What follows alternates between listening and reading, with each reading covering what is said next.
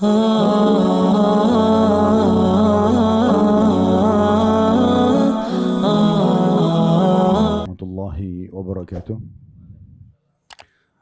Alhamdulillah, selalu saja lisan kita memuji Sang Pencipta Allah. Sebagai seorang muslim, kita sangat yakin dua rangkaian kata ini, Alhamdulillah, adalah kalimat penghubung antara kita dengan Sang Pencipta Allah. Dan nikmat terbesar adalah karena kita bisa menjadi seorang muslim dan mukmin. Kita mengenal agama Islam dan akhirnya ada iman dalam hati kita. Dan ini nikmat terbesar karena kita yakin dan mengetahui siapa pencipta alam semesta ini, mengerucut kepada satu pencipta yang selalu kita ucapkan la ilaha illallah, la ma'budu bihaqqin illallah. Tidak ada Tuhan, tidak ada pencipta, tidak ada pemilik yang menghidupkan, yang mematikan kecuali Allah. Dan dengan itu juga akhirnya kita tahu kalau kita ini makhluk ciptaannya dan kita tunduk pada peraturan-peraturannya. Dan akhirnya kita tahu tujuan kita ada di muka bumi ini karena ingin mengabdi kepadanya. Sebagaimana Allah kekalkan dalam surah Az-Zariyat, surah nomor 51 ayat 56. وَمَا خَلَقْتُ الْجِنَّ وَالْإِنْسَ إِلَّا لِيَعْبُدُونَ. Aku tidak menciptakan jin dan manusia kecuali untuk mengabdi, tunduk, patuh kepada peraturan-peraturanku. Dan juga tentu saja kita jadi tahu mana perbuatan dan mana keinginan, pemenuhan kebutuhan yang dibolehkan tidak dibolehkan, makanan, minuman, pakaian, pendapatan, pergaulan. Karena kita tahu dalam peraturan hukum Allah ada namanya halal dan haram. Dan dengan ini akhirnya kita terpandu dalam hidup kita di muka bumi ini dan puncaknya insya Allah kita juga akan mendapatkan balasan di surga nanti abadi di sana. Oleh karena itu jadilah orang yang selalu mengucapkan kalimat Alhamdulillah. Selanjutnya kita panjatkan salam hormat kita kepada utusan Allah Nabi besar Muhammad sallallahu alaihi wa alihi wa sahbihi wasallam, sebagaimana Allah telah mengucapkan salam hormat kepada beliau dan juga sebagai bentuk balas jasa 23 tahun dari masa hidup beliau dihabiskan untuk agama ini. 13 tahun fase Mekah, semuanya hinaan, cacian, puncaknya diusir dari kampung halamannya Mekah. Dan kita tahu betapa pedihnya orang kalau diusir dari kampung halamannya. Dan juga 10 tahun fase Madinah, penyempurnaan syariat Allah subhanahu wa ta'ala sampai akhirnya bisa kita rasakan dan jadikan sebagai panduan hidup. Pertama-tama tentu saya pribadi memberikan dukungan sepenuhnya bagi semua muslim dan muslimah, tidak terkecuali siapapun dia dimanapun berada, kalau selalu ingin menghidupkan majelis ilmu, menyiapkan fasilitas apakah di masjid, di rumah seperti ini misalnya. Karena majelis ilmu memang adalah pondasi dasar agama kita. Agama kita pondasi dasarnya adalah ilmu. Makanya ayat pertama turun dalam Al-Quran, Iqra, bacalah. Begitu juga Nabi SAW sangat gembira dengan para penuntut ilmu. Sampai kalau ada orang datang mengatakan, ya Rasulullah saya ingin belajar agama, maka beliau senyum. Lalu beliau mengatakan, marhaban bi talabatil ilm. Selamat datang kepada para penuntut ilmu. Bahkan Nabi SAW memiliki satu tempat di belakang rumah beliau. Itu seperti kalau kita sekarang asrama atau pesantren bisa menampung sekitar 300 orang. Dikenal dengan suffah. Dulu di masa Nabi SAW dikenal dengan ahlus suffah. Itu bisa nampung 300 orang khusus bagi orang-orang yang mau belajar agama. Terutama bagi orang yang tidak mampu maka dibiayai kebutuhannya oleh Nabi SAW. Jadi agama kita ini memang agama ilmu. Dan kita harus memang meluangkan waktu untuk ilmu. Bukan kapan saya bisa, tapi memang harus saya bisa. Karena kita tidak akan ditanyakan pada hari kiamat, kecuali yang berhubungan dengan masalah hubungan agama kita ini. Makanan yang halal, minuman yang halal, pendapatan yang halal, pergaulan yang halal. Dan tentu kalau haram, otomatis akan ada konsekuensi tanggung jawabnya. Dan Nabi SAW mengatakan, siapa yang keluar dari rumahnya, menuju menuntut ilmu ikhlas karena Allah, dia akan mendapatkan pahala haji yang lengkap. Jadi kita hanya duduk seperti ini mendengarkan ilmu saja, maka kita akan mendapatkan keutamaan pahala haji lengkap. Dalam hadis lain seperti orang yang sedang berjihad di jalan Allah. Jadi memang ini punya keutamaan sangat banyak. Dalam hadis yang lain kata Nabi SAW, Allah memiliki golongan malaikat yang khusus keliling di muka bumi ini mencari majelis-majelis ilmu. Kalau mereka menemukan, maka mereka akan datang dan saling memanggil satu sama yang lain sampai mereka memenuhi dari majlis itu ke arah langit. karena banyaknya malaikat yang menghadiri majelis ilmu. Ilmu ini sangat luar biasa, merupakan pondasi dasar agama kita. Ilmu ini kalau makin didalami, makin sering Bapak Ibu hadiri pengajian, dengarkan ceramah, nasihat-nasihat, tausiah-tausiah, maka secara otomatis akan mendatangkan iman. Dan kalau iman sudah dalam hati, maka seseorang itu akan jauh lebih baik. Dari orang yang buruk menjadi baik, orang yang pelit jadi dermawan, orang penakut jadi pemberani, berubah semua menjadi orang baik. Seperti kita biasa dengar kalau orang bertaubat dari kesalahan-kesalahannya, kita temukan mereka setelah hijrah, setelah berubah akan menjadi jauh lebih baik. Nah itu pondasi dasarnya harus ada ilmu dulu. Sering mendengarkan ilmu akan menyentuh hati kita dan akhirnya datanglah iman, dan iman ini akan mendongkrak kita untuk selalu mengerjakan ketaatan kepada Allah Subhanahu wa taala dan meninggalkan larangan-larangan yang dilarang olehnya.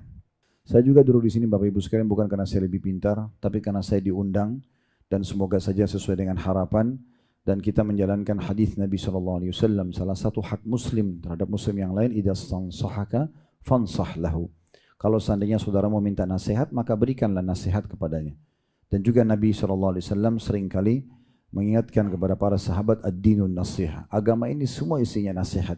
Memang harus saling mengingatkan satu sama yang lain. Dan para sahabat Nabi Ridwanullahi alaihim, kalau mereka bertemu satu sama yang lain, mereka tidak akan pernah berpisah, walaupun hanya berpapasan selepas sholat, kecuali mereka mengatakan, ta'al nu'minu sa'ah. Ayo kita menambah iman kita sesaat. Walaupun mereka hanya membaca surah Al-Asr saja. A'udzubillahi minasyaitonirrajim. Bismillahirrahmanirrahim. Wal 'asr. Demi waktu yang Allah sudah tentukan masa kalian di dunia. Maksudnya jangan disia-siakan. Innal insana lafi khusr. Manusia semua nanti akan menyesal pada hari kiamat dari waktu-waktu yang terbuang percuma atau berbuat maksiat selama di dunia. Illa alladhina amanu wa amilus shalihat, kecuali orang yang beriman dan beramal saleh, wa tawassaw bil haqq, saling menyampaikanlah kebenaran ini, wa tawassaw bis sabr, saling mewasiatkan agar bisa bersabar sampai ajal datang di atas kebenaran dan melakukan ketaatan kepada Allah Subhanahu wa taala serta meninggalkan larangan-larangannya. Jadi memang ini penting sekali untuk kita lakukan tentunya. Baik Bapak Ibu sekalian, pada kesempatan ini kita akan bahas tentang masalah satu fenomena yang kita tidak bisa menghindar darinya. Sudah terlalu banyak manusia sebelum kita. Tidak terhitung lagi jumlahnya laki-laki dan perempuan yang sempurna secara paras wajah, tampan dan cantik, yang sempurna secara fisik, yang sempurna secara jabatan, jenjang pendidikan, kekayaan, terlalu banyak. Dan mereka semuanya sudah menghadapi fenomena kematian. Kita juga akan menghadapi hal yang sama. Sehebat apapun kita menjaga kesehatan kita dengan olahraga misalnya, menjaga pola makan, pola tidur, semuanya sehat, tetap pada saat ajal datang, batas waktu umur kita terakhir, maka kita akan meninggal dunia. Bapak Ibu kalau lewat di kuburan, maka yakinlah kuburan-kuburan yang selama ini kita lihat gundukan tanah dan dua batu nisan saja, itu adalah di dalamnya manusia seperti kita dulu. Dan mungkin lebih cantik, lebih gagah, lebih pintar, lebih segala-galanya, tapi mereka juga sudah meninggal. Bukan cuma mereka. Para nabi-nabi pun utusan Allah Subhanahu wa taala juga meninggal dunia. Siapa yang lebih baik daripada Nabi Muhammad SAW? Beliau adalah pengutup para nabi dan rasul. Toh juga wafat, meninggal dunia juga. Nah pada saat orang meninggal, datang kematian padanya, maka berakhirlah semua masa periode dia di muka bumi ini. Dan semuanya, فَمَنْ يَعْمَلْ مِثْقَالَ ذَرَّةٍ خَيْرًا يَرَهُ. Siapa yang berbuat seperti biji sawi dari kebaikan selama di dunia, pasti akan diperlihatkan untuknya di akhirat nanti dan diberikan balasan. وَمَنْ يَعْمَلْ مِثْقَالَ ذَرَّةٍ شَرًّا يَرَهُ. Siapa yang berbuat seperti biji sawi dari keburukan selama di dunia, tidak sempat taubat, maka akan diperlihatkan dan juga akan datang hukuman padanya. Jadi kita harus menyadari semua ini sebelum telat waktunya. Ingat teman-teman sekalian, nanti di akhirat akan ada 3 golongan yang menyesal. Golongan pertama adalah orang-orang kafir. Karena selama di dunia mereka tidak beriman kepada Allah, maka mereka akan masuk ke neraka. Golongan kedua adalah para pelaku dosa yang tidak sempat taubat, sehingga mereka kena hukuman dari dosa-dosa yang mereka lakukan. Kemudian golongan ketiga adalah dari kalangan orang-orang beriman, tetapi malas dan suka menunda-nunda amal soleh. Sehingga tadinya dia bisa sampai derajat tertentu di surga, itu luput darinya karena dia malas sholat duha, malas sholat malam, malas sholat sunnah atau puasa sunnah atau zikir atau baca Quran yang dianggap selama ini kan cuma sunnah. Sunnah juga adalah perintah agama. Dan itu akan membantu seseorang untuk meninggikan derajatnya di surga. Dalam sehari saja kita sudah bisa bedakan derajat kita sama teman kita di sebelah. Kalau misalnya si A sama si B, si A itu dari bangun tidur, dia sudah sholat tahajud, si B tidak sholat tahajud. Sudah ada perbedaan. Si A misalnya azan pergi ke masjid, lalu setiap langkahnya dia dapat pengampunan dosa, peninggian derajat, sebagaimana dalam hadis yang sahih. Nabi SAW mengatakan setiap langkah menuju ke masjid adalah satu langkah kakinya mengampuni dosa, satu langkah dicatatkan pahala. Dalam riwayat lain satu langkah dihapuskan dosa. Kemudian masuk masjid dengan kaki kanan ada doa, keluar dengan kaki kiri ada doa, kemudian ada sholat qobliyah, ada doa antara azan dan iqamah mustajab atau diterima, kemudian sholat berjamaah dilipat gandakan 25 sampai 27 kali lipat, belum zikir habis sholat didoakan oleh malaikat selama dia tidak berbicara dengan orang di sebelahnya misalnya. Semua ini akan luput dari si B yang tidak pergi sholat di masjid misalnya. Kemudian si A misalnya sholat duha. Anggaplah dia sholat 4 rakaat atau 2 rakaat saja. Si B misalnya tidak sholat. Duhur misalnya. Si A kembali lagi sholat di masjid. Bahkan diikuti dengan sunnah-sunnah rawatib. Sunnah-sunnah yang mendampingi sholat wajib. Kalau duhur ada 4 rakaat sebelum duhur dan 4 rakaat sesudah duhur. Karena kata Nabi SAW sampai menjaga 4 rakaat sebelum duhur dan 4 rakaat sudah duhur, Allah akan haramkan baginya api neraka. Si B misalnya tidak kerjakan itu, anggap dia sholat wajib tapi dia nggak sholat sunnah misalnya. Asar ada sholat 4 rakaat sebelum asar. Kata Nabi SAW, semoga Allah merahmati seseorang hamba yang menjaga 4 rakaat sebelum asar. Si A kerjakan sama sholat asar di masjid, si B hanya sholat asar misalnya. Kemudian begitu terusnya sampai maghrib, ada qobliyah maghrib, ada badiah maghrib. Anggap si A kerjakan semua lengkap sunnahnya tapi si B hanya sholat wajibnya saja. Isya juga sama, ada qobliyah isya, ada badiah isya. Si A kerjakan qobliyah dan ba'diyah, si B tidak mengerjakan misalnya. Maka kita lihat dalam seharian saja sudah cukup jauh perbedaan derajat seseorang di surga nanti. Apalagi kalau ini akumulasi selama 5 tahun, 10 tahun, 20 tahun atau selama dia diberikan umur oleh Allah Subhanahu wa ta'ala. Kita kembali kepada bahasan kita teman-teman sekalian. Ini bukan masalah menakut-nakuti, tapi kita harus sadar kalau semua ini aktivitas kita akan berakhir. Di dunia ini, bangun tidur pagi dengan semua aktivitas yang sering kita kerjakan sampai kita tidur lagi malam, itu akan berakhir. Mau kita muda, mau tua, mau sakit, mau sehat, ya semua pasti akan tetap berakhir. Karena Allah Subhanahu wa taala kekalkan dalam surah Al-Imran, surah nomor 3 ayat 185 yang bunyinya kullu nafsin dha'iqatul maut wa innama tuwaffawna ujurakum yaumal qiyamah faman zuhziya 'anil nari wa udkhilal jannata faqad faz wa mal hayatud dunya illa mata'ul gurur. Artinya semua yang bernyawa pasti merasakan kematian. Mau dia sehat, mau dia sakit, mau dia tua, mau dia muda, mau dia kaya, mau dia miskin. Pokoknya apa saja keadaannya selama dia bernyawa semua akan merasakan kematian. Lalu kalau kata Allah lanjutannya, dan kalian akan mendapatkan balasan dari setiap perbuatan kalian. Baik akan dapat balasan juga baik, buruk akan dapat hukumannya. Maka barang siapa nanti pada hari kiamat diselamatkan dari api neraka dan masuk ke dalam surga, sungguh dia telah mendapatkan kemenangan yang besar. Ketahuilah, kehidupan dunia yang kalian selama ini kejar, itu hanya kehidupan yang menipu saja. Makna menipu di sini adalah kalau orang tidak tahu tentang tujuan dari diciptakan. Saya tadi sudah bacakan di pembukaan kita ada tujuan kita diciptakan Bapak Ibu sekalian, surah Az-Zariyat surah nomor 51 ayat 56, wa ma khalaqtul jinna wa insa illa liya'budun. Aku enggak ciptakan jin dan manusia kecuali untuk ibadah. Itu tujuan dasar. Jadi kalau Bapak Ibu tanya saya, Ustaz, apakah memang saya diciptakan untuk sholat? Jawaban saya iya. Zikir iya, baca Quran iya, majelis ilmu iya, bakti orang tua iya. Misal jenguk orang sakit iya, bersedekah iya. Enggak ada tujuan lain. Makan, minum, tidur, berteman, bekerja, ini semua adalah pelengkap saja. Jangan sampai kita dahulukan pelengkap, kita lupakan inti daripada kita diciptakan. Ini nanti akan mendatangkan penyesalan pada hari kiamat. Orang nyesal Bapak Ibu sekalian. Penyesalan terakhir. Kalau sekarang ini ada orang dari kuburan, Allah kasih kesempatan mereka hidup. Dan hanya dikasih waktu 5 menit saja. 5 menit dia hidup kembali. Kira-kira apa yang akan dia lakukan? Apakah dia akan mencari makanan favoritnya lagi?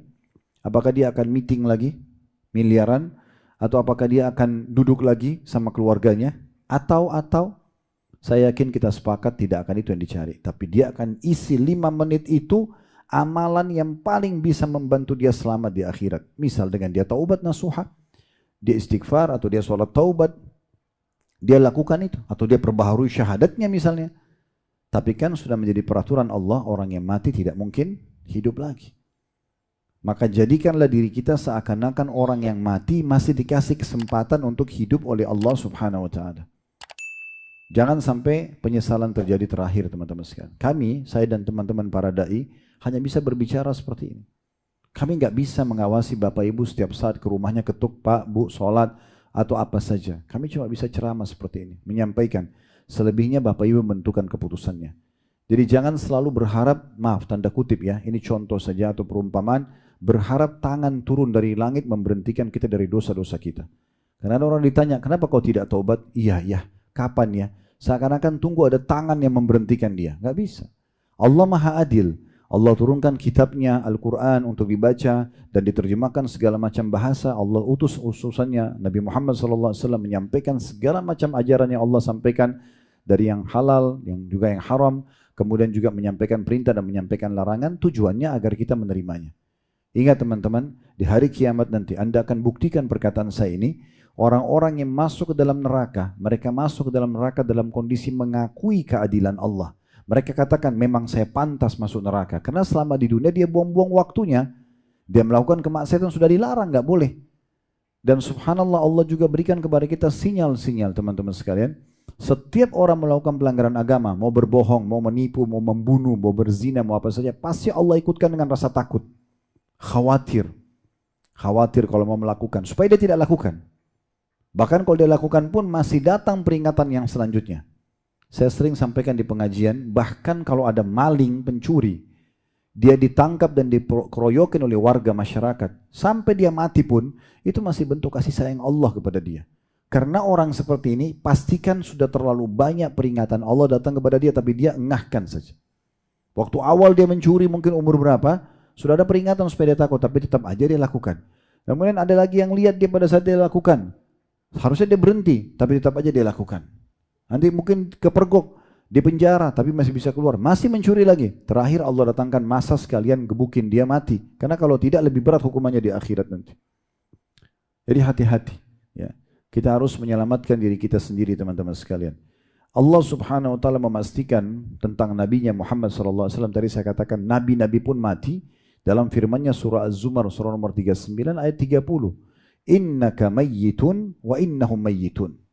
Hai Muhammad, kau juga walaupun utusanku, pilihanku, kekasihku akan mati. Dan mereka juga pasti akan mati. Tidak ada satu jiwa pun yang kekal. Kalau kita teman-teman sekalian sudah tahu bahwasanya kita akan mati, kenapa kita tidak punya persiapan? Kenapa kita malas beribadah? Kenapa kita malas untuk meninggalkan dosa atau menunda taubat? Toh kita tahu kita akan meninggal dunia. Juga sebuah contoh yang sering saya sampaikan. Kalau kita lihat fenomena rumah sakit ya, berapa sih ruangan UGD atau IGD yang ada di sana? Atau hitung ranjangnya aja, nggak usah ruangannya. Anggap misalnya ada 10 ranjang kalau di rumah sakit yang besar misalnya, atau 20 ranjang untuk unit daruratnya. Dan kalau kita gabungkan antara orang di unit darurat itu dengan seluruh penghuni rumah sakit itu, termasuk perawatnya, dokternya, semualah OB dan seterusnya, maka pastikan teman-teman sekalian jumlah mereka jauh lebih sedikit dibandingkan orang yang lula-lalang di depan rumah sakit. Apa maksudnya? Orang yang meninggal tanpa sakit lebih banyak daripada orang yang meninggal sakit. Jangan tunggu nanti saya sakit, masuk IGD baru kemudian mau sadar. Nggak bisa. Bisa saja tiba-tiba Anda pingsan dan lupa. Sudah tidak bisa lagi beristighfar kepada Allah. Tidak bisa lagi taubat kepada Allah. Saat itu Anda menyesal, tidak ada yang bisa membantu. Harus hati-hati dengan masalah seperti ini. Dan juga Allah Subhanahu wa taala memastikan kalau nabinya Muhammad sallallahu alaihi wasallam saya tidak akan kekal apalagi orang lain. Dalam surah Al-Anbiya surah nomor 21 ayat 34 sampai 35.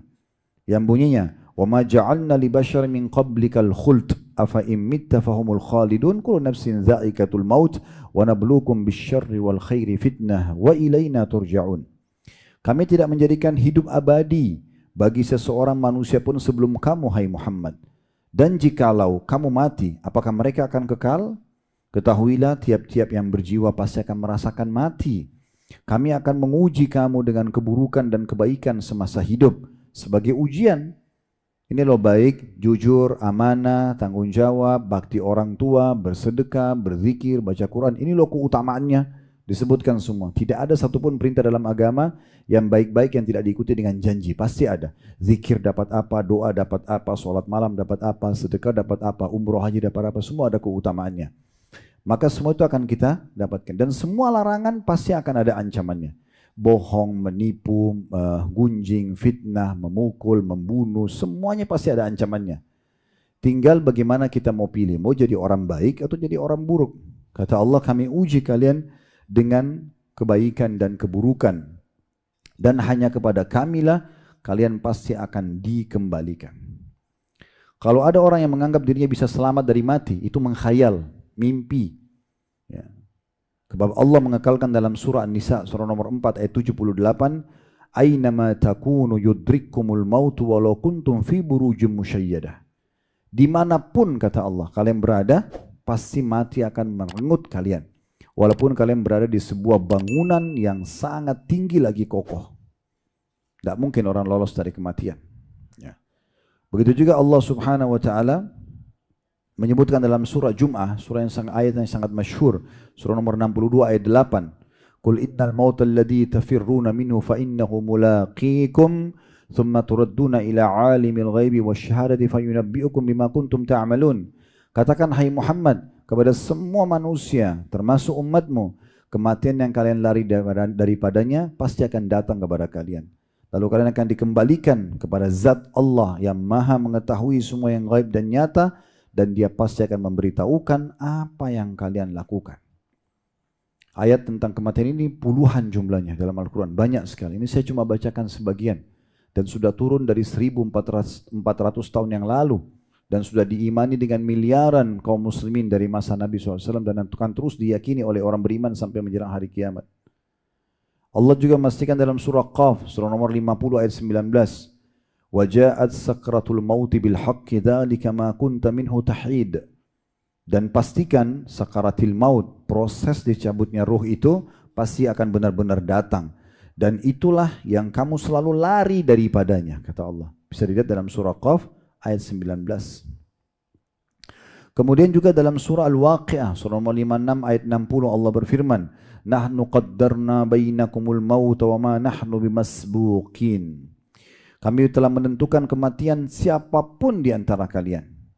Mau nabi, mau bukan nabi, mau orang kaya, mau orang miskin, laki-laki, perempuan, pejabat, masyarakat biasa, semua kami sudah tentukan kematian. Dan kami sekali-kali tidak dapat dikalahkan. Tidak bisa ada yang tolak kalau sudah mau mati. Bruce Lee ahli bela diri, mati nggak? Mati. Sehebat apapun dia dengan jurusnya. Seorang binaragawan badannya besar, pasti mati. Nggak bisa. Semua akan mati. Ya. Dan Allah subhanahu wa ta'ala juga dalam surah Al-Waqi'ah, masih surah yang sama, surah 56 ayat 83 sampai 87, menantang orang-orang yang menolak kematian dengan cara, kalau betul-betul mati sudah datang, coba kamu tolak kalau kamu bisa. Allah berfirman, فَلَوْلَا إِذَا بَلَغَتِ الْحُلْكُمْ وَأَنْتُمْ حِينَئِذٍ تَنْظُرُونَ وَنَحْنُ أَقْرَبُ إِلَيْهِ مِنْكُمْ وَلَكِنْ لَا تُبْصِرُونَ فَلَوْلَا إِنْ كُنْتُمْ غَيْرَ مَدِينَ تَرْجِعُونَهَا إِنْ كُنْتُمْ صَادِقِينَ. Artinya, maka mengapa ketika nyawa sampai di kerongkongan, kalau ada orang sudah mau meninggal, dia sudah sesak nafas, gitu kan? Padahal kamu ketika itu melihat, dan kamu lebih dekat kepadanya daripada, kami lebih dekat kepadanya daripada kamu. Tapi kamu tidak melihat, maka mengapa jika kamu tidak kuasa, ya, mengapa kamu tidak mengembalikan nyawa itu ke tempatnya jika kamu adalah orang-orang yang benar. Jadi kalau misalnya ada ibu kita, ayah kita, kakek kita, atau siapa saja pas mau meninggal, kalau tidak yakin dengan kematian, coba kembalikan dia. Supaya dia hidup kembali. Gak bisa, berarti mati itu ada. Faktanya ada. Ya. Seorang penyair Arab mengatakan satu syair yang menarik. Ya. Dia mengatakan, ya bna Adam ila mata anta fi lahwin wa laibin wal mautu nahwaka fatihan fahu. Wahai anak Adam, sampai kapan kau terus berlalai-lalai, gak mau laksanakan perintah yang wajib dan sunnah, dan selalu dalam maksiat, dosa terus, tidak mau taubat. sementara kematian depan matamu sedang membuka mulutnya dan siap menerkammu setiap saat. Kita ini hitungan detik teman-teman. Orang biasa buat ulang tahun ya. Sebenarnya kita ini ulang detik bukan ulang tahun. Karena kita per detiknya. Ya, sering lihat mungkin cuplikan tidak asing ya. Kalau ada orang berbuat baik, ada orang lagi ceramah meninggal, ada orang baca-baca Quran meninggal, ada orang lagi sujud meninggal. Pernah lihat ya? Nah, ada juga orang yang lagi buat maksiat, ugal-ugalan meninggal juga. Ya. Dia kalau sudah datang begitu. Padahal orang itu tidak tahu sebelumnya dia akan meninggal. Kalau dia tahu mungkin dia akan menghindar. Di depan mata saya pernah diperlihatkan oleh Allah Subhanahu Wa Taala di kota Makassar waktu itu di rumah sakit ayah saya di Makassar. Kebetulan depan jalan raya. Subhanallah habis asar saya lagi di teras di lantai 2 dan memang melihat ke arah jalan itu. Ada satu anak muda pakai motor baru dengan cepatnya dia jalan. Di depan dia ada satu mobil truk agak lambat jalannya. Dia mau melewati dari sebelah kanan itu sudah ada garis lurus yang tidak boleh karena itu sudah jalur sebelah. Ya, kemudian dia masuk lewat kiri. Kalau lewat kiri dia melihat masih banyak kendaraan juga di depannya. Rupanya dia masuk ke jalan kanan tanpa dia sadar dari sana ada mobil yang sangat cepat tabrak dia meninggal dunia di tempat. Saya lihat sendiri orang itu meninggal. Dia masih hidup terus dia jatuh dari motor lalu dibawa ke klinik rumah sakit ayah kami diperiksa meninggal dunia. Saya bilang subhanallah anak muda ini bahkan bawa barang-barang belanjaan dia. Saya sangat yakin pada saat dia mau keluar dari rumah dia tidak tahu kalau dia akan meninggal dunia. Kalau dia tahu dia tidak akan keluar kan. Tapi dia tidak tahu. Makanya Nabi SAW mengatakan kalau Allah ingin merenggut nyawa seseorang di sebuah tempat, maka Allah buat dia punya hajat di sana. Kemudian di sanalah direnggut nyawanya. Nah, ini harus kita sadari semua. Ini fakta yang tidak bisa kita menghindar darinya. Kemudian juga Nabi SAW menyebutkan dalam sebuah riwayat, beliau pernah membuat garis segi 4. Ya. Dan beliau membuat garis di tengah-tengah keluar darinya. Beliau membuat garis-garis kecil kepada garis-garis yang ada di tengah dan sampingnya dan juga berada di tengahnya sambil beliau bersabda dari garis kotak itu dibuat garis-garis kecil di semua sisinya. Lalu kata Nabi SAW, ini manusia, ini kehidupan manusia dan ini ajal yang mengelilingi dia. Setiap saat dari semua penjuru bisa datang kepada dia. Yang keluar dari garis kotak ini, ada Nabi garis lagi, Nabi mengatakan ini adalah angan-angannya. Ini adalah angan-angannya. Jadi kematian sebenarnya itu dua daripada angan-angan manusia. Kalau harapan dia kan banyak sekali, tapi bisa diputus dengan kematian. Nabi SAW juga pernah keluar dari masjid, kemudian beliau menggaris garis lurus, beliau mengatakan ini jalan Allah yang lurus. Ya, kemudian beliau mengatakan di sampingnya ada garis-garis ini jalan-jalan yang menyimpang, digoda oleh syaitan. Lalu kemudian beliau mengatakan ini angan-angan manusia dan beliau garis dengan keras dari samping memutus garis tersebut sambil mengatakan ini kematian yang akan memutus semua harapan manusia tersebut. Nabi SAW mengingatkan dalam banyak sekali hadis beliau agar kita sebagai umatnya hati-hati. Jangan lalai. Tidak perlu kita takut dengan kematian tapi jangan lalai. Kalau kita sudah beramal soleh alhamdulillah tinggal konsisten jaga sampai kita meninggal. Yakin janji Allah benar. Semua yang kita kerjakan dari kebaikan, faman ya'mal mithqala dzarratin khairan yara. Siapa yang berbuat seperti biji sawi dari kebaikan pasti akan diperlihatkan, akan diberikan kepada dia. Maka dia terus mengerjakan amal-amal saleh, tinggal konsisten. Kalau dia buat dosa, maka dia segera berhenti, bertaubat agar jangan ada konsekuensi balasan hukumannya. Ya, orang yang bodoh, orang yang terus saja berbuat dengan kesalahannya pasti dihukum. Subhanallah di dunia saja sudah banyak hukuman yang datang. Rasa sumpek, rasa sedih, gangguan orang, hilangnya barang, ributnya rumah tangga, nakalnya anak, ada masalah dengan orang lain, semua itu adalah peringatan dari Allah SWT karena adanya dosa-dosa yang terjadi. Kata Nabi SAW agar kita hati-hati, akthiru dzikra hadhimil ladzat. Perbanyak untuk mengingat pemutus semua kenikmatan dunia ini. Ya, titik 2 lalu beliau mengatakan al-maut, maksudnya adalah kematian. فَإِنَّهُ لَمْ يَذْكُرُ أَحَدٌ فِي دِيقٍ مِنَ الْعَيْشِ إِلَّا وَسَّعَهُ عَلَيْهِ. Karena tidak ada orang yang ingat kematian itu di masa dia lagi sempit, lagi ada masalah, kecuali akan melapangkan dadanya. Oh, saya juga toh akan mati. Nah, misalnya gitu. وَلَا ذَكَرَهُ فِي سَاعَةٍ إِلَّا ضَيَّقَهَا عَلَيْهِ. Dan tidak ada orang yang mengingatnya di masa dia lagi lapang, kecuali pasti akan membuatnya lebih berhati-hati. Juga kata Nabi kata seorang ulama namanya Shumait, ya, Shumait bin Ajlan rahimahullah, beliau mengatakan, "Man ja'ala al-mauta nasaba 'ainaihi lam yubali bidiqil dunya wala bisa'ihi atau wala bisa'atiha." Barang siapa yang menjadikan maut di hadapan kedua matanya, maka kesempitan dunia tidak akan pernah, ya, berpengaruh padanya, termasuk keluasannya. Ya. Nabi SAW juga pernah ditanya oleh seorang sahabat pertanyaan yang sangat cerdas. Sahabat ini mengatakan, orang dari Ansar, ya, setelah salam kepada Nabi SAW, beliau mengatakan, "Ya Rasulullah, ayyul mu'minina afdal?" Siapakah orang beriman yang paling afdal, paling layak jadi teman, jadi pasangan hidup, jadi partner bisnis, jadi atasan, jadi bawahan, jadi pemimpin. Semua ini siapa sih orang yang mukmin yang paling afdal? Kata Nabi SAW, "Qala ahsanuhum khuluqa." Yang paling baik akhlaknya. Tolong itu, kalau akhlaknya paling baik, berarti itu yang paling pantas untuk jadi pasangan hidup, teman kita, atasan, bawahan, dan seterusnya. Qala, orang itu bertanya lagi, "Fa ayyul mu'minina akyas?" Kalau begitu siapa orang mukmin yang paling cerdas?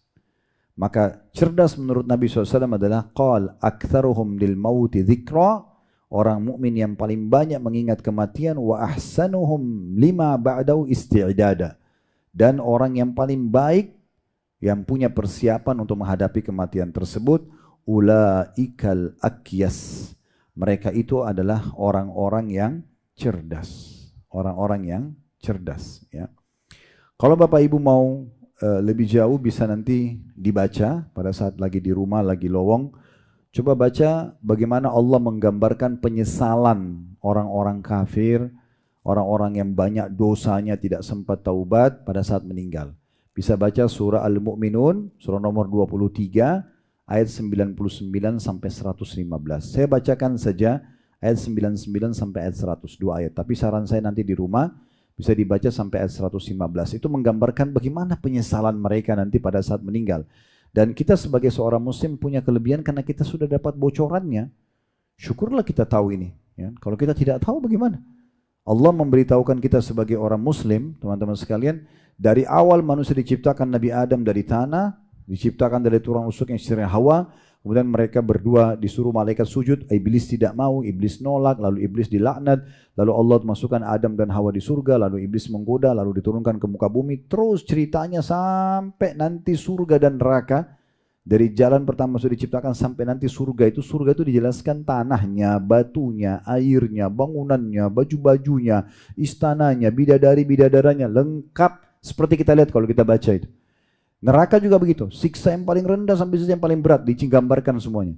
Seperti kita lihat, tinggal mau belajar atau tidak. Kita ini sudah dapat bocorannya. Justru harusnya kita ini menjadi orang yang luar biasa, harus lebih hati-hati karena kita sudah tahu semuanya. Beda orang ateis, orang-orang non-muslim yang tidak faham masalah ini. Kalau Bapak Ibu sudah tahu lalu lalai, ini sayang benar karena sudah tahu. Kenapa sudah tahu tapi tetap dilalaikan? Ya. Maka kita perlu baca ayat 99 dari surah Al-Mu'minun, surah nomor 23, Allah berfirman, "Hatta idza jaa ahadamul mautu qala rabbirji'un."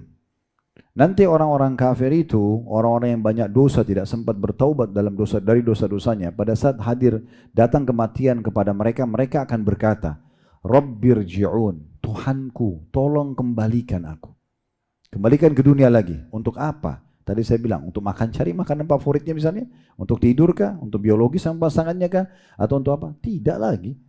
Enggak lagi pada saat itu. Kita kalau lihat malaikat manusia sudah tidak berpikir itu semua. Apa yang mereka bilang, Allah sudah kasih bocorannya. La'alli a'malu salihan fima tarakt.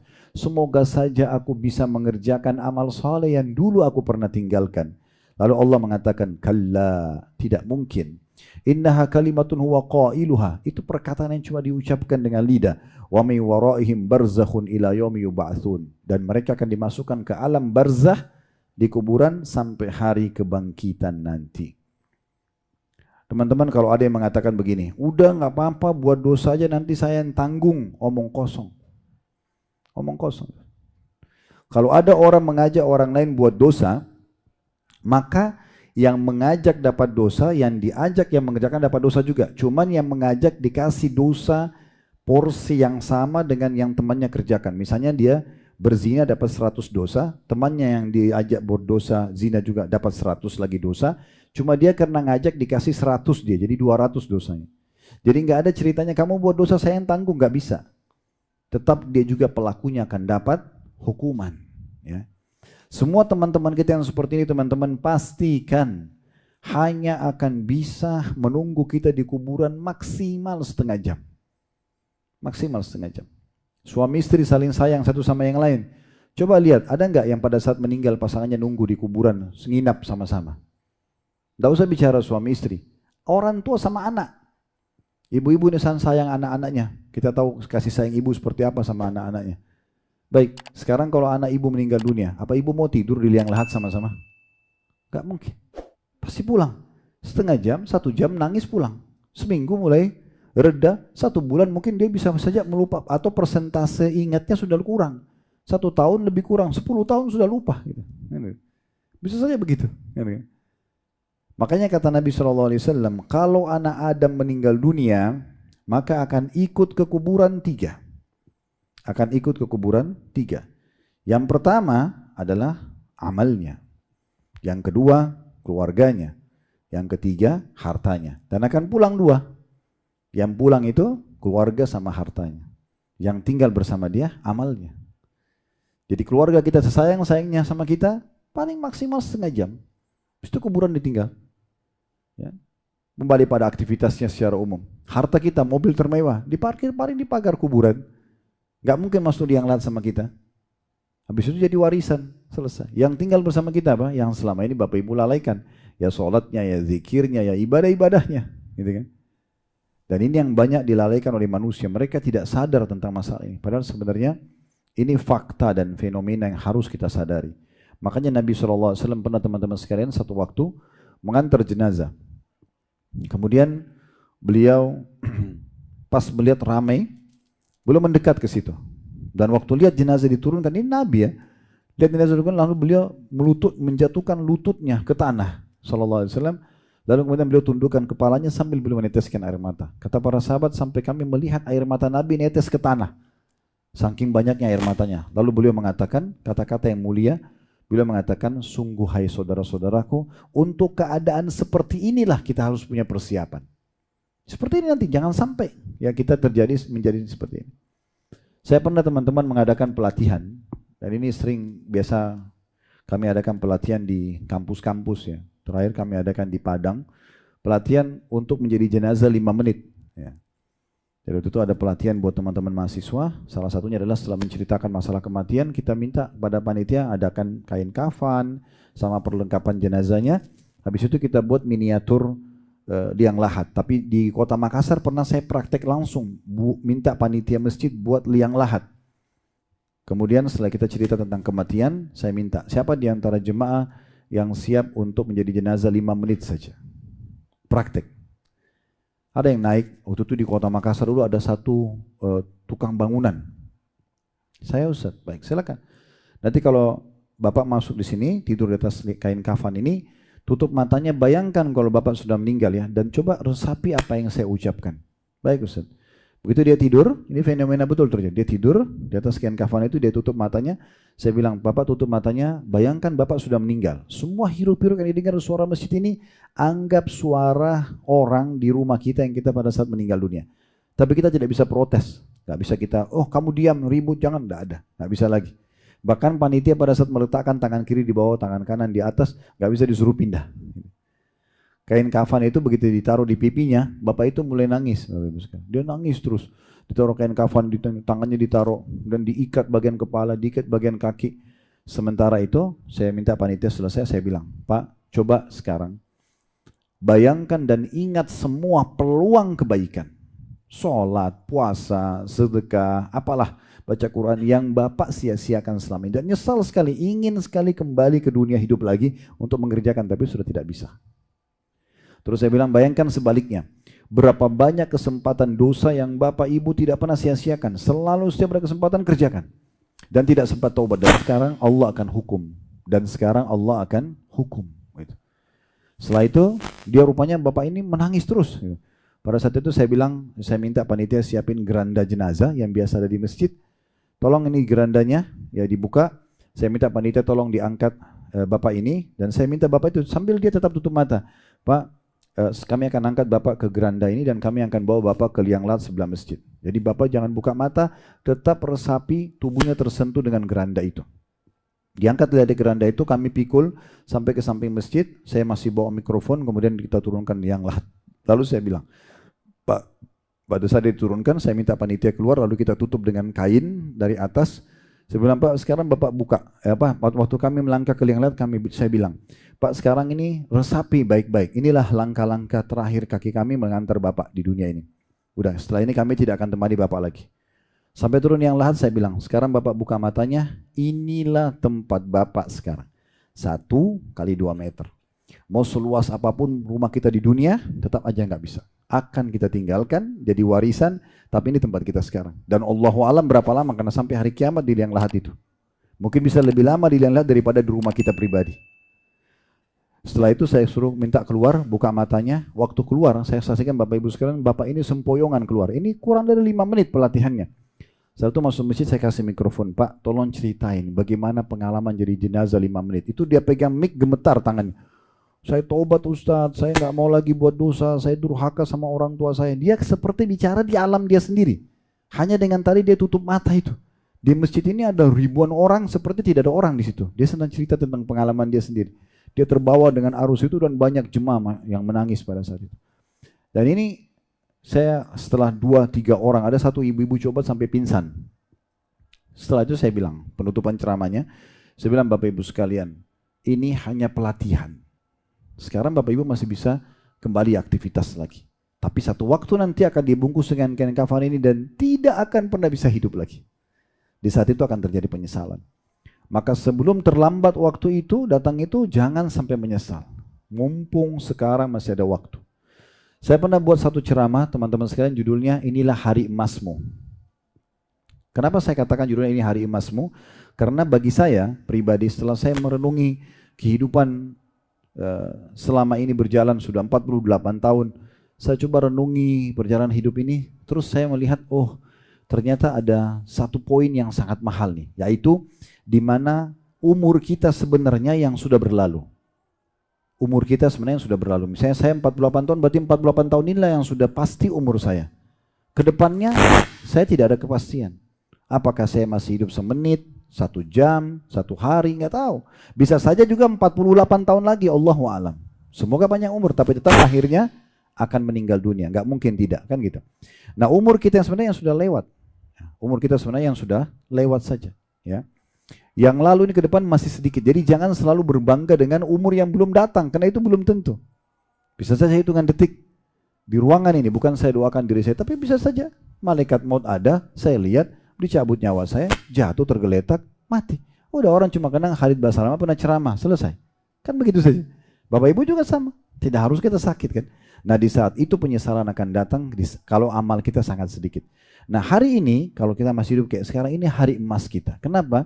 Karena hari ini kita masih punya peluang untuk menambah amal soleh kalau kita pernah melakukan amal soleh yang lalu, sehingga memberatkan timbangan amal kita hari kiamat.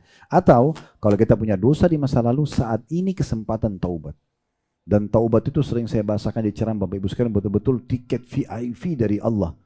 Hanya istighfar, nangis sama Allah, ya Allah saya nyesal, saya nggak mau ulangi. Hitungan detik, bisa puluhan tahun kesalahan kita dimaafin semuanya. Maksimalkan, karena ini hari emas kita, kita tidak tahu besok kita hidup atau tidak. Maka segera bertobat sebelum terlambat. Kalau Allah kasih kesempatan kita bisa beramal 1 hari saja, maka itu sangat mahal. Di masa Nabi Muhammad SAW ada 2 riwayat. Dua-duanya sahih, diangkat oleh Al-Mundhiri rahimahullah. Ini maaf, azannya bisa sambil dijawab ya. Jadi riwayat yang pertama itu ada 3 orang masuk Islam dari satu suku Arab. 3-tiganya tinggal di rumahnya Talha bin Ubaidillah radhiyallahu anhu. Ini sahabat yang dikenal salah satu dari 10 orang dijamin masuk surga. Talha bin Ubaidillah cerita, dia bilang dari 3 orang ini, orang pertama mati, terbunuh mati syahid. Beberapa waktu kemudian orang kedua ikut perang juga mati syahid. Beberapa waktu kemudian orang ketiga meninggal biasa di atas ranjang, tapi terakhir meninggalnya. Maka Talha bin Ubaidillah mimpi di malam hari, beliau melihat ada 3 orang ini, tiga-tiganya semuanya masuk surga, tetapi orang yang mati di atas ranjang terakhir itu lebih tinggi derajatnya di surga dan berada di bagian depan. Maka Talha bin Ubaidillah bingung. Bagi dia orang yang mati syahid harusnya lebih tinggi derajatnya. Maka dia pun langsung ke masjid Nabi SAW dan bertanya, ya Rasulullah, saya mimpi begini, bagaimana saya memahaminya?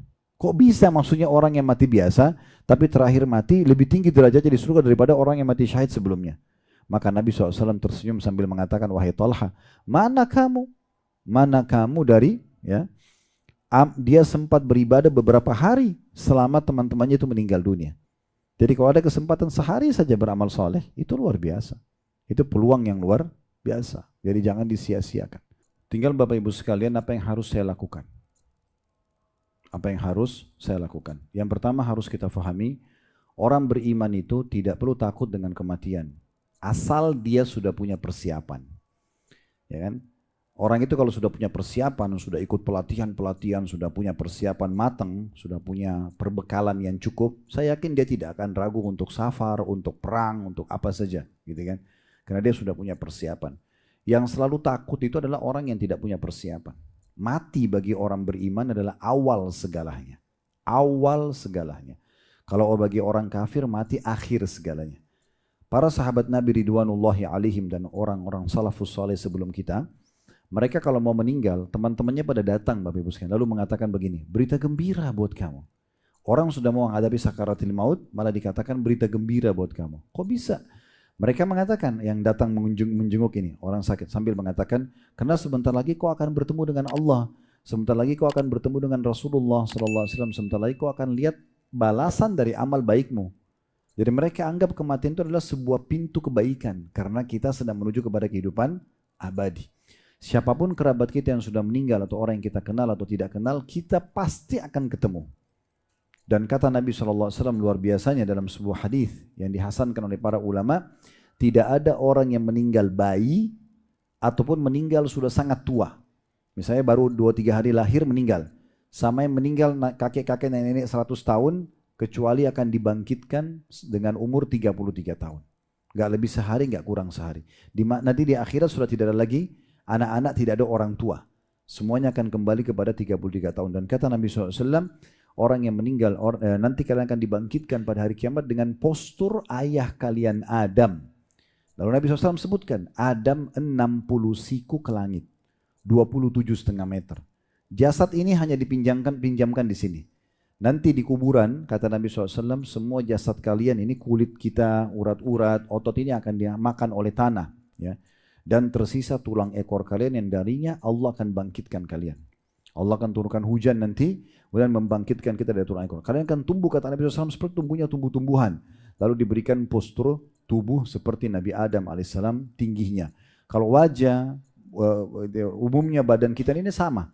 Jadi kita bisa kenal, oh ini si fulan dulu, oh ini si fulan. Tapi tubuhnya sudah berbeda, lebih besar daripada sebelumnya. Dan ada lagi orang cacat nanti. Kalau orang lahir di muka bumi ini, matanya buta, telinganya tuli, lisannya bisu, tangan kakinya semuanya puntung pun, tetap saja nanti dibangkitkan sempurna pada hari kiamat nanti. Cuma yang menyelamatkan nanti teman-teman sekalian adalah amal-amal kita. Amal-amal soleh kita. Saran saya yang pertama, perbanyak menuntut ilmu teman-teman sekalian. Selalu dengarkan ilmu.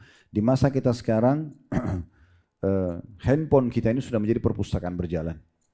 Kita bisa belajar dari ustadz siapapun, kiai siapapun, ya bahkan syekh siapapun seluruh dunia ini.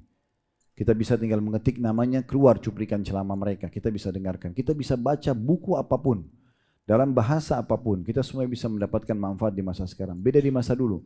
Imam Bukhari rahimahullah pernah melakukan perjalanan 1 bulan menunggangi keledai hanya untuk mendapatkan 1 buah hadis. Kita sekarang bisa baca ratusan hadis bahkan sebelum tidur. Selalu belajar, karena dengarkan majelis ilmu seperti ini teman-teman sekalian. Tidak harus saya menyampaikan, siapa saja menyampaikan, pasti akan menambah keimanan. Enggak mungkin sama sebelum duduk tadi, sama sudah dengar, enggak mungkin. Kita sudah dengarkan Allah berfirman, Rasulullah bersabda, beberapa contoh-contoh rasional akan menambah iman kita. Ini kalau sekali duduk 1 jam atau 4, tadi kita lihat jam 40 menit ya, menjelang azan. Kita baru sekitar 40 menit saja. Bagaimana kalau Bapak Ibu dengar ceramah 2 jam, 3 jam, atau dalam sehari bisa dengarkan dari beberapa orang ustadz. Imam Nawawi rahimahullah 1 hari belajar 13 kitab di 13 guru. Satu hari. Jadi dari ilmu ke ilmu, dari ilmu ke ilmu. Mungkin Anda bilang, saya kan juga punya aktivitas lain Ustaz. Tidak usah ganggu aktivitasnya. Ibu-ibu lagi masak, putar ceramah itu. Dengarin. Bapak lagi di mobil, dengarin ceramah. Saya tuh hari diundang tablik akbar di Bali, ada satu ketua panitianya. Begitu dia starter mobil, karena sudah dicolokkan flash disk oleh anaknya cuplikan. Kebetulan potongan ceramah kami semua yang ada di sini. Jadi dia dengar Sirah Nabawi misalnya. Jadi dia dengarin nih, ya 15 menit perjalanan misalnya, dan dimatikan. Dia aktivitas kerja. Dia begitu naik lagi di mobil, di starter, lanjut lagi. Dia teringat lagi yang tadi. Begitu setiap hari. Akhirnya kan dia selalu dari ilmu ke ilmu, aktivitas tidak terganggu. Maka ilmu ini nanti akan menjadi bekal yang sangat luar biasa, menjadi tameng buat kita agar jangan sampai berbuat dosa atau meninggalkan perbuatan amal soleh. Seringnya mendengarkan keutamaan sholat malam akan motivasi kita sholat malam. Seringnya mendengarkan ancaman riba, zina, kita juga akan hati-hati, kan begitu. Nah itu ilmu, itu yang pertama. Yang kedua, selalu teman-teman sekalian bersama dengan komunitas-komunitas yang baik. Ya. Komunitas baik ini penting sekali. Maksudnya orang-orang yang baik, orang-orang yang soleh. Semua orang yang suka gosip, suka berbuat dosa, ya lalai dari Allah, jangan jadikan teman. Kenal boleh. Tapi tempat kita ngobrol, tiap hari kumpul, jangan. Karena kita ini manusia, makhluk sensitif. Ya. Jadi kalau ada yang bilang, oh enggak, saya nonton film India 2 jam, saya enggak terpengaruh kok. Ini bohong. Enggak mungkin. Sebagaimana dulu 2 jam dengar ceramah terpengaruh kan gitu. Enggak mungkin. Kita ngobrol sama satu orang soleh. Ingat loh saudaraku, Allah berfirman, Rasulullah bersabda, ini loh ada kisah sahabat, Abu Bakar pernah begini. Pasti menyentuh kita, sebagaimana orang pezina juga cerita tentang pengalaman dia. Semalam saya di hotel gini-gini. Semua ada pengaruhnya. Gak mungkin. Saking sensitifnya kita, ini sering saya bahasakan di pengajian. Hidung kita ini bisa bedain wangi dan busuk seketika. Lidah kita bisa bedain asin, asam, manis seketika. Ya kan? Telinga kita bisa bedain intonasi suara ribut dan juga yang lembut seketika. Mata kita bisa bedain ini terang, ini gelap seketika. Semua sensitif. Gitu kan? Jadi nggak mungkin kita ini nggak terpengaruh sama orang, itu nggak mungkin. Maka jangan mengatakan, enggak saya kuat kok, saya tidak terpengaruh. Enggak. Mau dakwahi orang silakan, mau sampaikan oke, tapi jangan kumpul sama mereka. Kita berteman sama orang pengangguran, kita jadi pengangguran. Kita berteman sama orang prestasi, kita akan prestasi, kan begitu. Maka hati-hati sekali. Makanya kata Nabi SAW, Al-mar'u ala dini khalil, seseorang sesuai dengan agama temannya. Yang ketiga, pilih-pilih amal yang kita mau kerjakan. Betul-betul kita pilih dan cari amal yang paling terunggul kan dari amal-amal. Misalnya dimulai dari yang wajib-wajib. Kata Nabi SAW, Allah berfirman dalam hadis qudsi, sesungguhnya tidak ada amal yang lebih aku cintai kata Allah yang dikerjakan hambaku dibandingkan dengan apa yang aku wajibkan pada mereka. Jadi jaga 5 waktu sholat itu betul-betul ya, kita jaga semuanya, gerakannya, bacaannya, jaga kehusyuannya. Kemudian baru itu dilengkapkan dengan sholat sunnah. Jangan kita sibuk dengan sholat sunnah. Ini ibarat ikan teri tapi ikan pausnya lepas. Ya.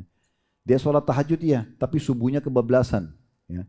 Ini berarti dia dapat ikan teri lepas ikan pausnya. Jangan. Dia puasa Senin Kamis ya, tapi Ramadannya lalai misalnya. Dia sibuk sedekah tapi dia lupa zakatnya. Dia sibuk umroh tapi dia tidak laksanakan hajinya. Maka ini seperti orang kejar ikan teri tapi dia lepas dari ikan paus itu. Juga dalam hal ini saya berharap Bapak Ibu jangan pernah kerjakan perintah kecuali ada syariatnya.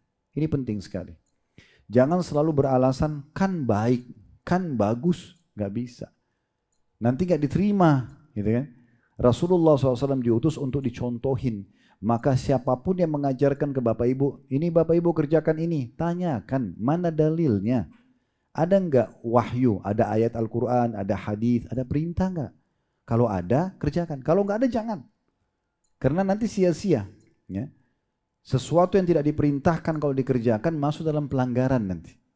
Sering saya ingatkan dalam banyak ceramah kita itu ya. Jadi hati-hati Bapak Ibu sekalian. Kalau yang mau dengar alhamdulillah, tidak mau dengar itu hak mereka tentunya. Tetapi kalau saya lebih memilih sebuah ibadah yang saya kerjakan yang sudah pasti ada perintahnya. Kita kalau kerja di perusahaan, kita kalau kerjakan satu perintah yang sudah ada perintahnya, pasti kan diterima itu. Tinggal masalah banyak sedikitnya penilaian kualitasnya. Tapi kan diterima karena kita kerjakan sesuai dengan SOP kantor kan gitu. Maka akan dapat gaji. Tapi kalau kita kerjakan yang tidak ada perintahnya, bisa diterima, bisa tidak. Bahkan bisa masuk dalam pelanggaran. Mungkin atasan kita mengatakan, kenapa kau kerjakan, saya nggak suruh kok. Kan gitu. Jadi pelanggaran. Oleh karena itu jangan teman-teman sekali. Hati-hati sekali. Berapa banyak orang yang rugi pada hari kiamat nanti karena yang dia kerjakan tidak pernah dicontohkan. Nabi SAW tidak pernah dicontohkan oleh para sahabat. Alasannya hanya kan baik. Baik harus baik di mata Allah dan Rasulnya. Jadi jangan mengerjakan apa yang tidak ada perintahnya. Kalau kita bicara tentang sunnah Nabi saja, itu sudah banyak sekali. Tadi saya kasih contoh di awal di sholat itu ya. Misalnya kita sholat qabliyah subuh. Azan, antara azan di iqamah subuh, 2 rakaat. Subuh 2 rakaat. Ada zikir habis sholat, ada zikir pagi. Habis itu istirahat sebentar, ada duha. Duha 2 rakaat sampai tidak ada batasnya. Bisa 4, bisa 8, bisa 12 dan seterusnya. Sementara istirahat bekerja ada duhur, ada qabliyah duhur 4, ada duhur 4, ada ba'diyah duhur 4. Istirahat sebentar ada asar, qabliyah asar 4, asar 4. Lalu zikir habis sholat, lalu zikir sore. Kemudian istirahat sebentar ada maghrib, qabliyah maghrib, maghrib 3 rakaat, isya 2 rakaat, ba'diyah, qabliyah dan ba'diyah maghrib 2 rakaat dan maghribnya 3 rakaat. Istirahat sebentar ada isya, qabliyah dan ba'diyahnya sebelum dan sudah isya 2 rakaat, isyanya 4 rakaat. Sementara istirahat sudah ada tahajud. Kembali lagi begitu. Ini aja ini yang ada perintahnya. Tidak usah ditambah-tambah dan dikurangi gitu. Kalau mau sholat, sholat ini aja. Ya. Saya pernah masuk ke salah satu masjid di Jakarta Timur. Diundang ceramah waktu itu, undang ceramah tahajud di Ramadan. Saya datang, terus saya kaget karena jemaah masih pada sholat. Tapi terus terang seumur hidup saya belum pernah lihat sholat seperti itu. Saya tidak tahu sholat ini apa gitu. Ya. Gerakannya agak beda. Ya, sujudnya juga beda, tapi saya tidak tahu apa yang sedang diajarkan. Maka pada saat saya dikasih kesempatan ceramah, saya menjelaskan gitu kan. Tapi ini contohnya, jangan sampai kita mengarang-arang, sementara tidak ada panduannya, nanti tidak diterima, apalagi kalau jadi dosa, kan gitu. Jadi fokus saja, zikir yang Nabi pernah bacakan. Baca Quran, tata cara Nabi. Nabi itu diperintahkan untuk diciplak hidupnya. Ciplak semua. Nabi makan, Nabi tidur, Nabi jalan, berpakaian, berbicara, semua ikutin. Ciplak aja. Kata Allah SWT dalam surah Al-Ahzab, ya, di surah nomor 33 Allah menyebutkan laqad kana lakum fi rasulillahi uswatun hasanatun liman kana yarjullaha wal yawmal akhir wa dzakarallaha katsira. Sesungguhnya pada diri Rasulullah Muhammad SAW ada suri tauladan buat kalian. Maksudnya ciplak hidupnya semua. Para sahabat itu kalau Nabi lagi jalan dilihat cara jalannya. Nabi pakai baju apa, dilihat disampaikan bajunya seperti apa. Nabi makan seperti apa, Nabi datangi rumahnya siapa. Nabi bentuk pasukan, semuanya diceritain supaya kita ciplak hidupnya. Sesungguhnya pada diri Rasulullah SAW suri tauladan buat kalian bagi orang yang ingin bertemu dengan Allah, berzikir kepada Allah dengan zikir yang banyak, ya. Liman kana yarjullah, siapa yang bertemu Allah, wal yaumil akhir, dan ingin mendapatkan balasan surga di akhirat, wa dzakarallaha katsiran, dan berzikir kepada Allah dengan zikir yang banyak. Yang terakhir, yang keempat, Bapak Ibu sekalian, banyak berdoa agar Allah Subhanahu wa taala membuat kita dan hati kita ini selalu terikat dan tertambat dengan ibadah kepada Allah Subhanahu wa taala. Nabi SAW sering kali mengulangi doa ini, ya muqallibal qulub tsabbit qalbi ala dinik. Dalam riwayat lain, ya musarrifal qulub sarrif qalbi ala dinik. Wahai yang membolak-balikkan hati manusia, kokohkanlah hatiku di atas agamamu, ya. Aisyah mengatakan, ya Rasulullah, sering kali anda ulangi doa itu. Padahal sebenarnya siapa anda? Anda adalah Nabi. Dan maksudnya tidak masuk akal kalau Nabi tersesatkan. Maka kata Nabi SAW, wahai Aisyah, kita tidak pernah tahu karena hati manusia berada di antara jari jemari sang pencipta Allah. Dia membolak-balikkan sesuai yang dia inginkan. Berapa banyak orang paginya beriman, sorenya mau kufur. Maka harus kita bantu diri kita dengan berdoa kepada Allah Subhanahu wa taala. Dan di antara doa Nabi SAW, Allahumma habbib ilainal iman, ya Allah cintakanlah iman dalam hati kami, wa zayyinhu fi qulubina, dan hiasilah dalam hati kami. Wa qarrih ilainal kufra, buatlah kami benci terhadap kekufuran, wal fusuqa, dan perbuatan kriminal atau dosa, wal isyan, dan pembangkangan, waj'alna minar rasyidin, dan jadikan kami termasuk orang yang mendapatkan petunjuk, yang mendapatkan petunjuk. Jadi 4 hal ini kita harapkan mudah-mudahan bisa